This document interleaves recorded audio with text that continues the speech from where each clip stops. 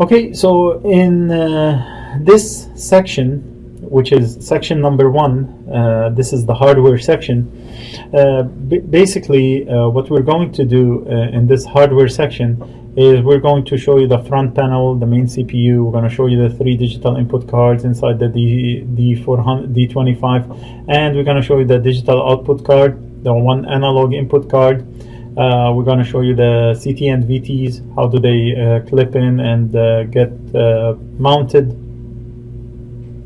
Okay, we're going to go through all the different parts of the back plane and the different types of the front cover or front panel of the D25. We're going to show you the power supply, how to mount it in, take it out, how to add an expansion board. If you ever need to change to a different expansion board in the D25, that's possible, so you can do that. And toward the end, we're gonna start to show you the ordering guide and how to order a D25. Okay, so in this screencast, we're gonna talk a little bit about the D25. The D25 has many functionalities. I'm gonna list the most important functionalities for you. So it has a capability as a PLC or a Pro Logic or Logic Links, ladder logic capability. It has a capability as an IED gateway. It can work as a pay level controller. It can work as a power quality monitor, a fault recorder, a standalone remote terminal unit. It has built-in UTC port and IRIG-B capability for time synchronization. And from a communication point of view, it has the capability to communicate via RS-232, RS-485, and Ethernet. From a communication protocol, it has a library of over 300 protocols that can act either as a client or as a server protocols. And it has integrated transformer monitoring logic, which will allow it to work in a transformer monitoring capacity. Also included in it, which is not as popular, is the definite time protection and the breaker failure protection, and that's included in the generation 4 of the D25. Okay, so this is the D25 front panel, and the front panel has 3 options. This is panel number 1, and or the first option, and the first option, as you can see, is blank in here. There is no optional display. And what we have a Westmain access port, which utilizes the Westmain cable that's provided by GE, or you can create it with, if you want. You can get the pinouts from us. It has a power indicator, which is solid green. It means that the D25 is up and running. It has a run indicator, which when flashing, it means the CPU is processing and all the applications are running. It has 2 IED indicators, which indicate the transmit and receive on COM3 and COM4. Sorry, yes, COM3 and COM4. And you have an extended COM1 and COM2 indicators for the extended communication card, in case you have an extended COM option added to the back of the D25. The last thing is that you have a local remote switch, which basically allow you to switch the K card from local to remote commands. And if you put it in, if you disable it, it means that the K card will not take any commands from the remote controllers. If you enable it, the K card will start to function as for remote commands, and then will take commands from the remote control center. Okay, so this is the second option that you can have on the front of the D25. Basically, it comes with the same components in this part of the front panel. So again, we've got the Westmain, we've got the XCOM, extended COM indicators, we've got the serial port indicators, we've got the power, the run, and the local remote switch. But on top of that, for a second option, you get the data display panel. Now, the data display panel is not a colored panel. It's just basically a text display that you can access for all your digital input status, analog input. Basically, you can look at your points and find out the point status, and you basically use this keypad in order to go through the menu and access the parts of that menu. So it's basically based on the command that you would put in there, you will be able to access different parts of the data that's available inside your D25 in the substation. It eases up where you don't need to connect to the West main in order to get the information. You will get it from the data display. Okay, this is the third panel option, and or the third cover option. Again, it's the same on this part of the D25. The only difference is it has what we call a graphical display panel, or a GDP. Now this GDP has the option of adding 256 pages to it. Each page can be a part of your single line diagram in the substation, and it's a touch screen. It's a colored touch screen, and that means that it can act like a small laptop where you don't need to have the maintenance port. It gives you more than the simple maintenance port because it's a fully functional touch screen that's available on the bay controller. Again, it's secure because you would use passwords if you want to do controls from inside the single line diagram. It's a fully animated single line diagram which can be set up either by GE or by your local representative. If we want to remove the front cover of the D25 or the front panel of the D25, what you want to do is there is 1, 2, 3, 4 screws which should be easily opened with your hand. Try not to use the screwdriver with these, because then if it's used all the time, then they become less. That the thread will be lost, and then will not be able to open it. So just with your hand, you should be able to open these screws, and then you would open it like this.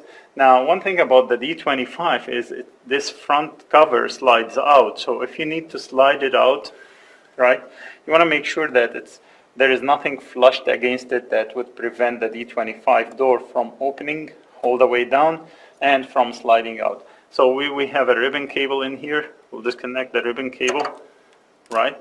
And if you have the graphical display panel or the data display, and it's connected via a ribbon cable to an optional connector, L connector on the side, you also would need to disconnect that.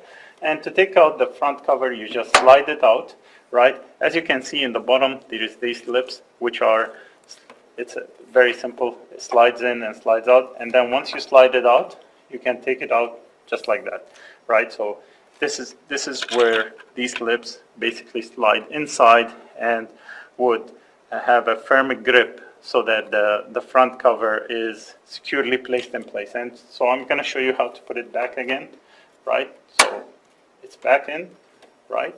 We just slide it in, right? So that's it, it's firm.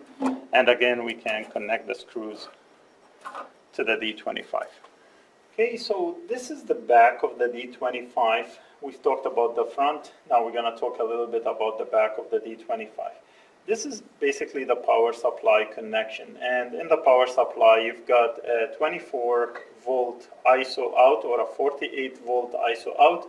That's based on the power supply that you order for the D25, which is based on your ordering code. For ordering code, I'm not going to bother you with it. You can always access our store online at ge.multilin@ge.com and get it from there.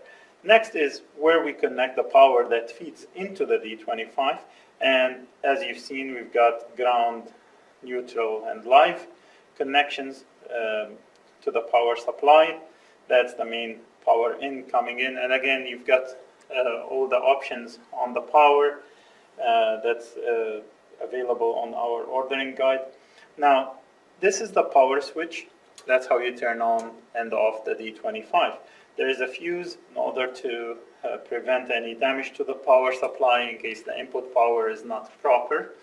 Okay, and next come the radio keys. If you want to key a radio auxiliary output from the D25 or send modem signals from the D25. Then you have a maintenance port,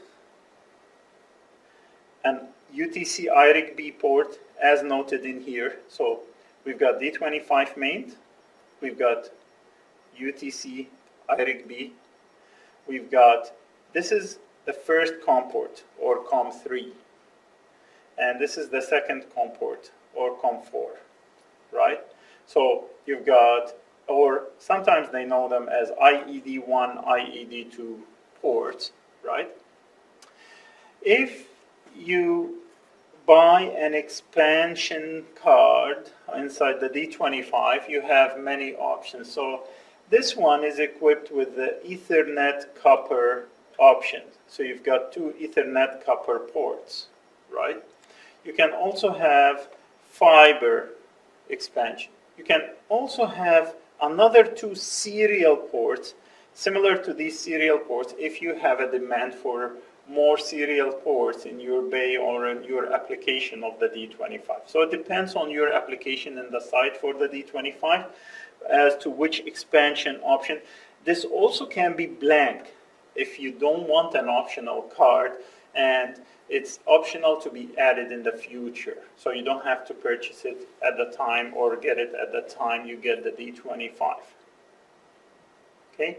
Next, I'm going to start to talk about the input, I/O input into the D25. Before we go too far, this is a ground connection, right? And this is basically where you would connect the grounding for all of these peripherals or I/O cards. So it's important that we connect our green or our ground to this connection over here. The digital input ports are the first 3 I/O cards. So this is I/O card in slot A and slot B.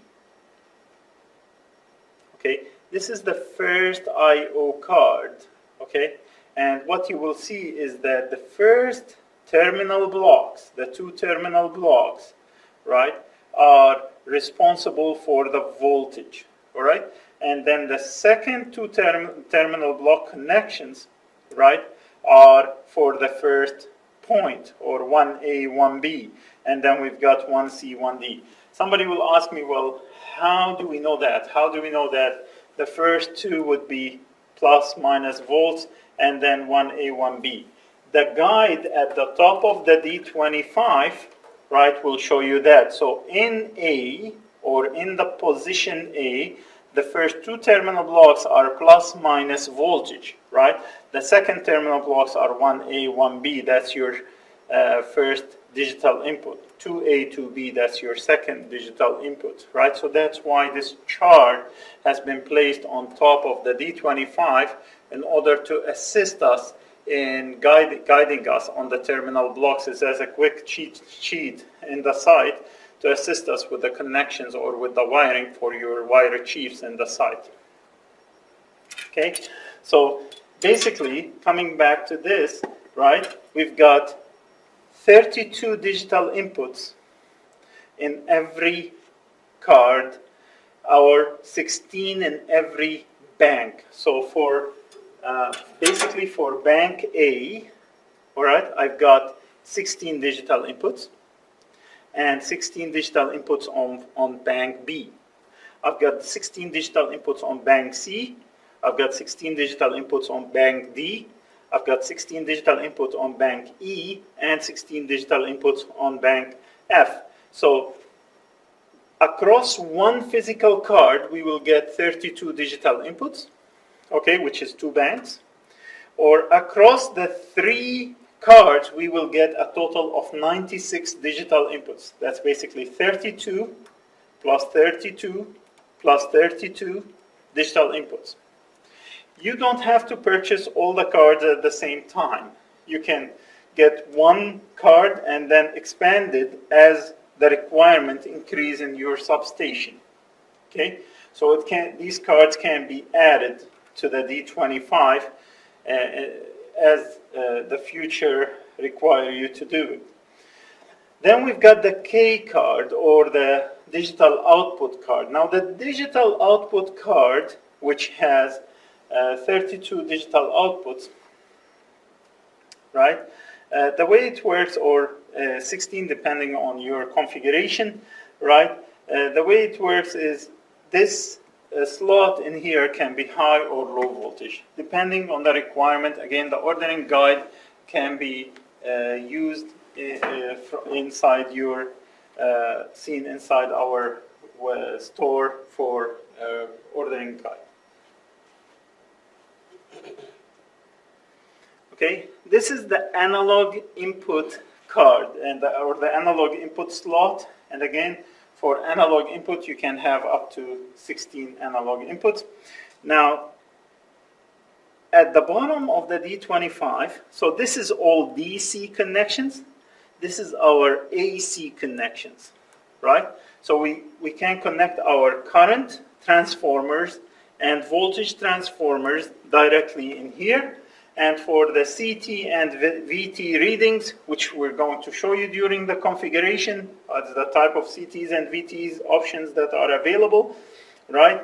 You can have any combinations of up to three VTs and 3 CTs combination in a 5 slot.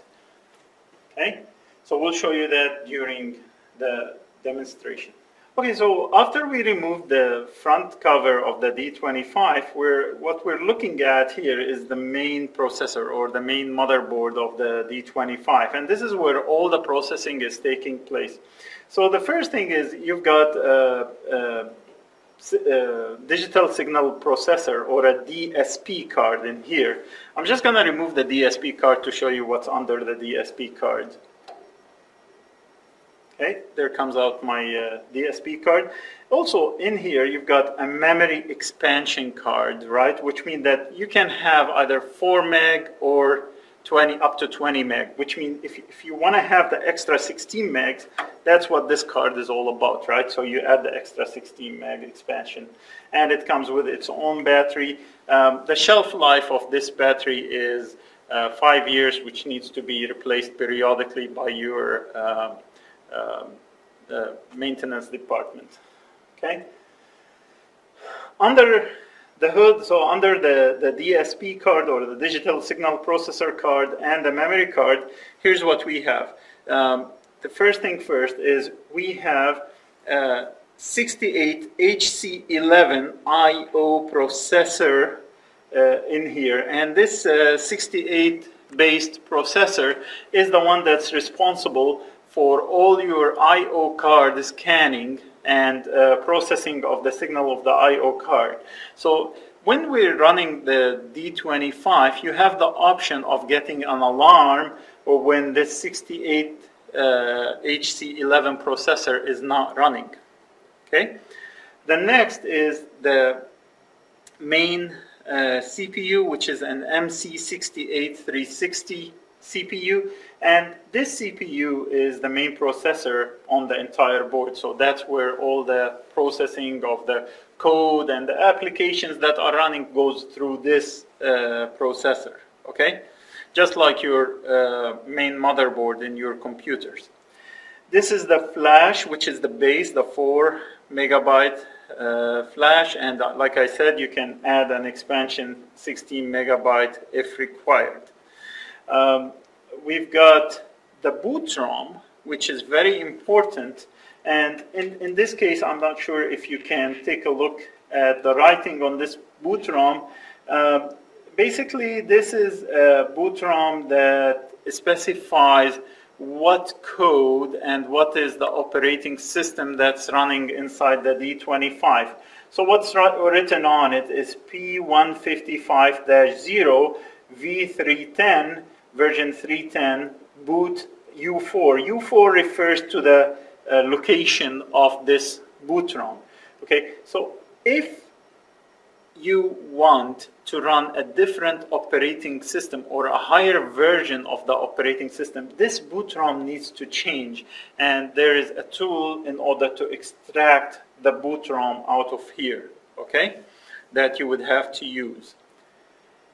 This is the battery which backs up our memory. Okay, so this yellow battery in here, it has a shelf life of 5 years and need to be replaced.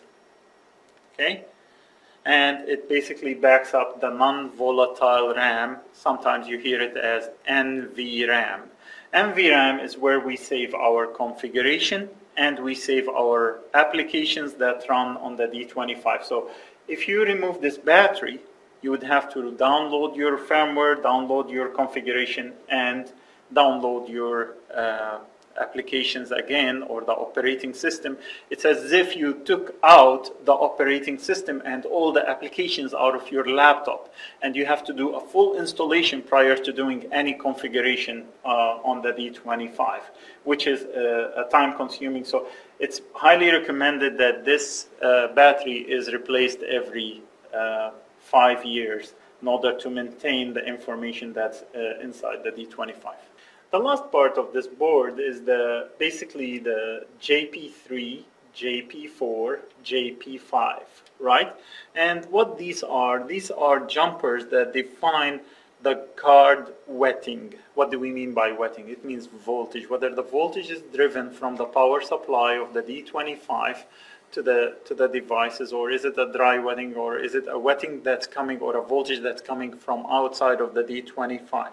So these jumpers would define how to set up the voltage. So if we set up these pins on pin 1 and 3 and 2 and 4, right, so the way they're set up right now, so as you can see, there is numbers on the side here that tells you that this is jumper number 2, this is jumper number 4, this is jumper number 6, and starting 1 is here. So this is jumper 1, 2, 3, 4, 5, 6. All right? I hope that makes sense. So at the top is 1 and 2, 3 and 4, 5 and 6. So if I shorten 1 and 2 and 2 and 4 on JP3, okay, that means that the first DI card is set up for internal wetting, which means that it's driven by the power of the power supply. If I set it for 3, 5, 4 and 6, so the second bank, so I go 3, 5, the way it is right now, so you see there is a jumper across 3 and 5, and there is a jumper across 4 and 6, what will happen is set up for external wetting. And if we just leave 3 and 4 jumpered or shortened, that will allow for voltage sensing. Okay, so JP3, or this bank of jumpers, is responsible for the first digital input card. We said that there is 3 digital input cards on the D25. This is the second digital input card, which is JP4. JP5 is the third digital input card setup, right? So we can set up this for either internal or external wetting. We can set up this for internal or external wetting. Okay, so we have finished talking about the main CPU or the main processor card. Now we're going to show you the inside of the D25 in case you need to do an upgrade to the D25. And to do that, we have to remove this main card. Now to remove it, there is 1, 2, 3, 4, 5 screws. And also there is guides. And these guides are basically to make sure that when the card is installed, so this guide over here, right, is to make sure that when the card is installed back, that it's installed in the right position, right? So what we're going to do next is we're going to remove these screws. What you need to do is you need to loosen it a little, right? Don't press it too much. And then with your hand, just basically loosen the screws. What you don't want is to keep putting the screwdriver on it, otherwise the thread will be lost. So once we have loosened all 5 screws, as I said, with your hand, you would pull out this card. It takes a little bit of pressure, but then it comes out, and you wanna basically free the top of it and then slide it out. If you try to take it from the bottom, right, it will be a fight. You'll never be able to take it out. So the easiest thing to do is to free up the top and then take it out just like that. Okay, so what we want to do is we want to remove the top card that has the power supply, like we said. It has basically the communication card. It has the expansion card in case you need to replace the expansion card on it. Now to do that, there's a latching clip in here and on the other side. And the first step is to basically push it up, right? So if it's inside, then you can't remove this card. This card will be secured in, right? So to remove that card, the first thing to do is to latch up this side. So push out the clip upside and then push up the clip on the other side. Okay, so after basically taking out the latching clips that keep the card inside, we're just going to remove this top card. Okay, I'm just going to talk about it, right? So we've seen it from the back. We've seen the power supply. As you can see, this power supply can connect in there. And like I said, this power supply comes in many flavors. Okay, so I'm just going to mention it quickly. So the available power inputs is 70 to 150 volts DC or 120 volt AC. The second option is 250 volt DC or 240 volt AC, and it can also work at 20 to 60 volt DC from an input power. So basically these are the three options: 70 to 150 volt DC or 120 volt AC, 250 volt DC or 240 volt AC. The third option is 20 to 60 volt DC. That's the power supply. It comes in three different options. This card, like we said, I mean, you've seen it from the back, right, with the maintenance, the UTC, the IED1, the IED2, or COM3, COM4, right? This is basically the card that maintains and services these communication ports. The expansion card in here, right, which we have talked about, so it has so many options. The first option is, of course, a 10-base T, which comes with two network cards that can be either FL or basically fiber or copper connection, right? The other option that it comes in is it can come with two serial ports. And when you put it with two serial ports, basically what we can do is we can use a radio or an external power to feed into these ports. The reason you would want to feed power into these ports is, let's say the ports are feeding into a modem that requires power through the serial port, through the 9-pin serial port.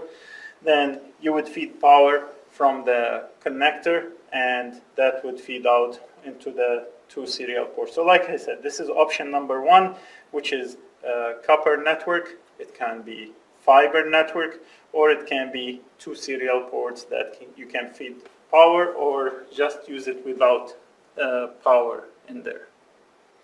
All right, so next I'm going to show you how to remove those communication cards. Like we said, there is the three digital input cards, there is a K card, an A card, and then at the bottom will come your CT and VT cards.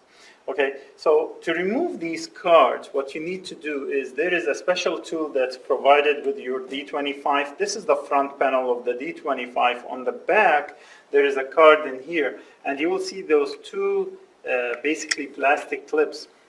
Okay, so these two plastic clips, the way it works is that we will be able to place them on the card, right?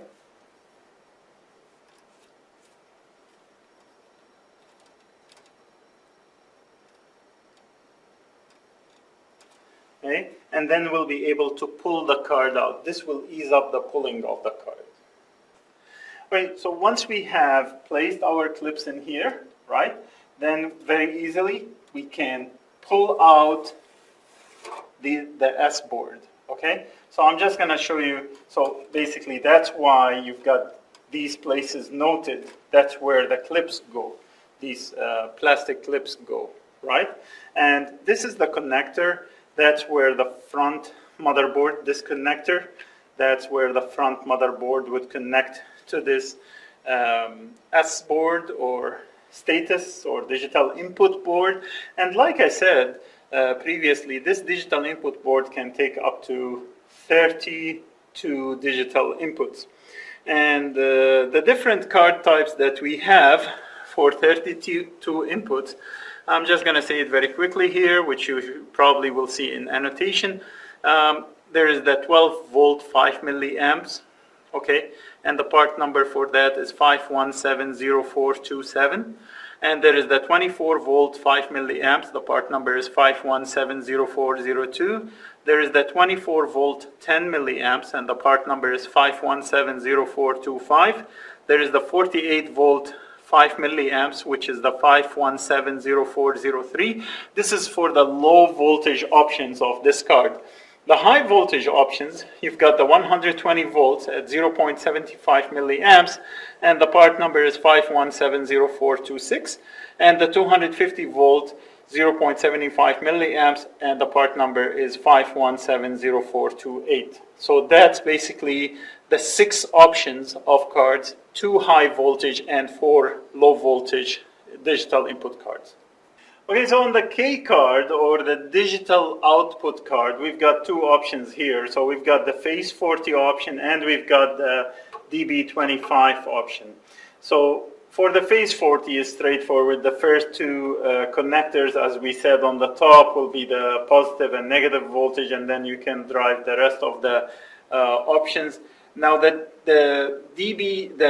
digital output card would have come in 8, 4, 8 or 32 channel cards, right? And this is the phase 40 termination, so it's you can either order it with 8 or 32 channel 16 KE cards. So 32, 24, 16, and 8 channels. Okay.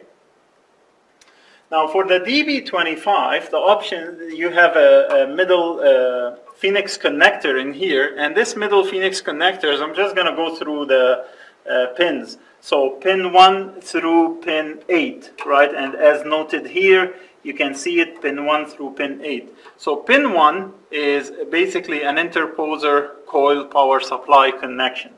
Pin 2 is a return from the coil supply. So you gotta supply it and return it back to the DB25, to the Phoenix connector, to the D25, right? And then we've got 3 and 4, or pins 3, 4, 7, and 8. And the way it works is that pin 3 and 4 and 7 and 8 control the 32 channels. So pin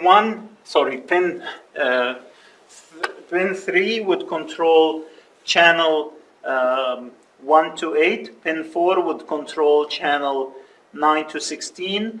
Pin 7 would control channel 17 to 24, and pin 8 would control channel 25 to 32. And if I want to set it for raise lower, I would connect it to pin number 5 for positive voltage. If I want to set it for trip and close, I would connect it to pin number 6 for trip close, or basically what we call a digital output operation. Okay. Pin number 5 would connect to jumper 1 through 4 for a raise lower operation. So if I want to achieve a raise lower setup, I would connect it to pin number 5 for a positive voltage, pin number 6 for a trip close setup. Okay, so for the K slot, like we showed you from the back, it can be either DB25 or phase 40. I'm just going to remove the DB25 and show you how the DB25 comes out. So again, you would use our connector, and you just put a little force to it. It comes out. This is the K card. You've got all of these little relays that basically stand for the 32 channel relays on the DB that are connected to your DB25 connectors and can go out. The same for the phase 40. It's not that much different. So one thing to put in mind, of course, this would require, if it is a low voltage, would require an interposal relay, right, which is of can take the higher voltage as connected to the DB25s and to the voltage output for the interposer relay card. The next thing, we're going to pull out our A board, or it's a DC analog inputs. Okay, so this one accepts 16 DC bipolar analog input signals. It comes in many options. So you've got the plus minus 5 volts, you've got the plus minus 1 milliamp, the plus minus 5 milliamps, the plus minus 10 milliamps, and the plus minus 20 milliamps as scaling adapters. So these adapters in here, right, you can order it with either plus minus 5, plus minus 1 milliamp, plus minus 5 milliamps, plus minus 10 milliamps, plus minus 20 milliamps. And it comes in a 16 or an 8 channel analog bipolar ports or connections. Okay, it has a voltage of input of plus minus 5 volt DC nominal. It has an accuracy of plus minus 0.05% nominal. It has an overload of plus minus 30 volt DC continuous. It has a dynamic range of 125% of nominal, resolution of 12-bit plus sign, and it has a conversion time of 16.7 milliseconds at 60 hertz or 20 milliseconds at 50 hertz. Okay, so basically, like we said about the AC inputs, we have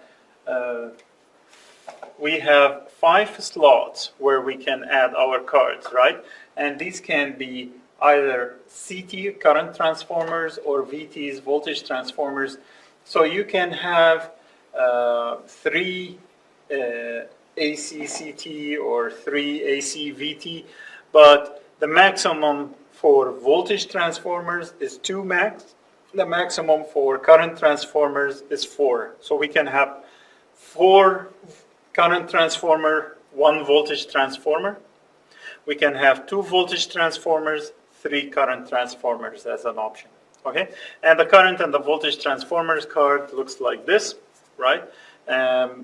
Just if we want to remove them, each one of these takes up to 3 channels, right? So 5 cards, 3 channels, or 3 inputs, right? That means a total of 15 analog input signals, right? In the back is TB1 to TB30. The options on them is 120 volt PT, 110 volt PT. PT or VT is the same, of course, right? Potential transformer, voltage transformer. 69.3 volt PT, 63.5 volt PT, 220 volt PT. And from a current transformer, we can have 1 amp current transformer, 5 amps, 5 amps CT, high precision current transformer, 1 amp CT, 42 flux busters, and 5 amp CT, 42 flux busters. So basically, to remove these cards with these options is very easy. You just push it to the front, right? And that would release it from wherever it's installed. And then we take it out, and this is basically our one of our voltage transformers. Okay. In summary, the D25 from a front plane panel, we have 3 front panels, 3 different front panels. One would come without an LCD, without a graphical display panel, one with an LCD and with a graphical display panel. From the back setup of the D25, we have a phase 40 connection. We have a DB25 based on your needs in your substation to terminate your wires, and it can connect up to 3 digital input cards. Each digital input card can have up to 32 digital input points, and in total 96 digital input points. We have 1K card which can take up to 32 digital outputs, and 16 analog input AC, 16 analog input DC, and you have your CT and VT for AC input. You've seen the expansion card where we can be 2 serial ports, fiber and copper Ethernet connection.